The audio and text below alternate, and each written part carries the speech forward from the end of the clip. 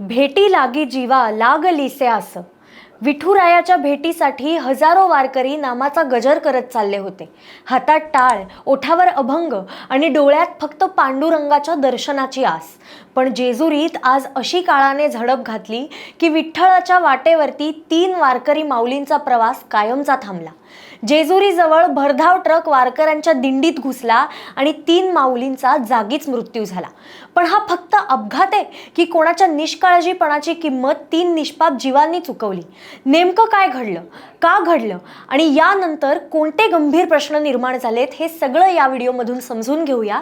पण सुरू करण्याआधी आमच्या चॅनलला नवीन आला असाल तर सबस्क्राइब करा आणि हा व्हिडिओ आवडला तर लाईक, शेअर आणि कमेंट करायला विसरू नका।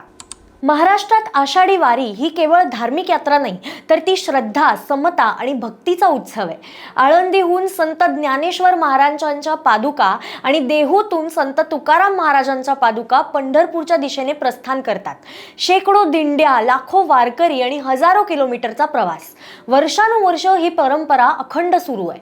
आज ज्ञानेश्वर माऊलींची पालखी सासवडमधील मुक्काम आटपून जेजुरीच्या दिशेने निघाली होती। जेजुरीत पोहोचल्यावर नेहमीप्रमाणेच भंडाऱ्याची उधळण होणार होती। हजारो वारकरी नामस्मरण करत चालले होते। पण जेजुरीपासून काहीच अंतरावर बेलसर टोल नाक्याजवळ अचानक एक ट्रक नियंत्रणाबाहेर गेला। हा ट्रक नांदेड जिल्ह्यातील एका दिंडीसोबत चालत असल्याची माहिती समोर आली। मात्र तो पुढे जाऊन सांगली जिल्ह्यातील कसबे ढिग्रज येथील दिंडीच्या वारकऱ्यांवरती जाऊन आदळला। या धडकेत 3 महिला वारकऱ्यांचा जागीच मृत्यू झाला आणि अनेक जण जखमी सुद्धा झाले।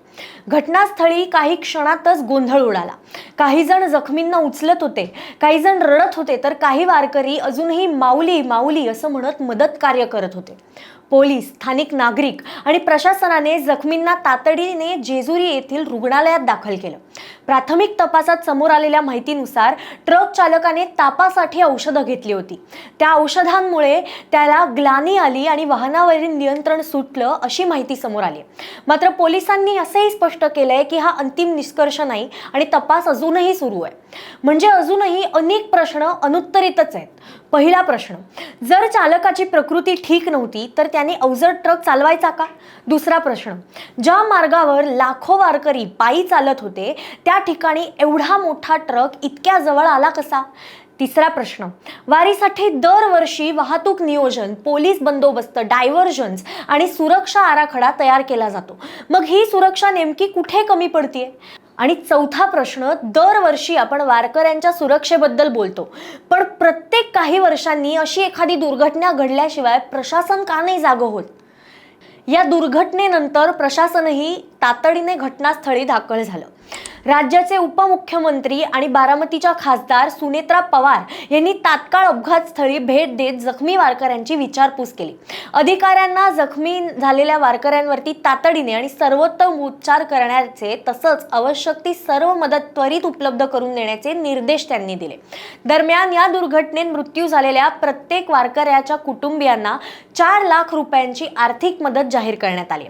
त्या नेमकं काय म्हणाल्या, चला पाहूया। आज सकाळी जो महिला वारकऱ्यांचा अपघात झालेला आहे तो अतिशय वेदनादायी आणि दुःखदायक आहे। या अपघातामध्ये 3 स्त्रियांचा मृत्यू झालेला आहे। त्यांना मी भावपूर्ण श्रद्धांजली वाहते आणि खरोखरच मनाला धक्का देणारी घटना आहे। ह्याच्यामध्ये अजून 7 स्त्रिया जखमी आहेत। जखमींचा उपचार इथे चालू आहे 2 ठिकाणी। 2 जण काही ICU मध्ये आहेत, काही नॉर्मल आहेत। त्यामुळे उपचार अतिशय चांगल्या प्रकारे चालू आहे आणि चांगल्या प्रकारे काळजी घेण्याचे मी त्यांना सगळ्यांनाच प्रशासनातर्फे सूचना दिलेल्या आहेत। जे जखमी झाले किंवा जे मृत्युमुखी पडले त्यांच्या कुटुंबियांना शासनाच्या माध्यमातून काय मदत करायची? आपल्याला माहिती आहे की मागे सुद्धा एक GR निघाला होता की वारकरी लोकांना, मृत व्यक्तींना 4 लाख रुपये आपण त्याच्यामध्ये जाहीर केलेले आहेत आणि जखमींचा खर्च सुद्धा त्याच्यामध्ये 2-3 प्रकारचे म्हणजे खूप क्रिटिकल असेल तर 74,000 रुपये वगैरे अशा प्रकारचे आपण खर्च देणार आहोत। त्यामुळे त्यांनाही आपण मोफत उपचार आणि खर्च त्यांच्यासाठी देणार आहोत आम्ही शासनातर्फे. नॅशनल हायवे आपण पाहतोय पुणे पंढरपूर, दिवे घाटाच्या खालचा भाग अजूनही पूर्ण झालेला नाही. वारी सासवडमध्ये यायला उशीर झाला. घाट रोड लवकरात लवकर पूर्ण करावा अशी मागणी सगळ्या लोकांना. नाही का तसे आदेश दिले होते आम्ही की लवकरात लवकर पूर्ण करा आणि तसं पूर्णही केलं होतं, पण लोकांचा ओसंडून वाहणारा जो सागर आहे त्याच्यामुळे अनेक अडथळे येत होते. मध्येच चुकून एखादं वाहन शिरल्यामुळे तसं ट्रॅफिक मला वाटतं त्याच्यामुळे वेळ झाला. पण शासनाने सर्वतोपरी सगळ्याच बाजूने पूर्ण तयारी केलेली होती आणि तसे पूर्वतयारीचे आम्ही अनेक मिटिंग्स घेऊन असा आढावा घेऊन त्यांना आदेशही दिले होते. त्याप्रमाणे पालखी यायच्या अगोदर तशी पूर्णपणे तयारी झालेली होती. ही घटना फक्त 3 मृत्यूंची बातमी नाहीये, ही त्या 3 कुटुंबांची उद्ध्वस्त झालेली दुनिया आहे. घरातून निघताना त्यांनी कदाचित सांगितलं असेल की विठ्ठलाचं दर्शन घेऊन लवकर घरी परत या, पण आता त्यांच्या घरी परतणारे ती फक्त ही एक बातमी.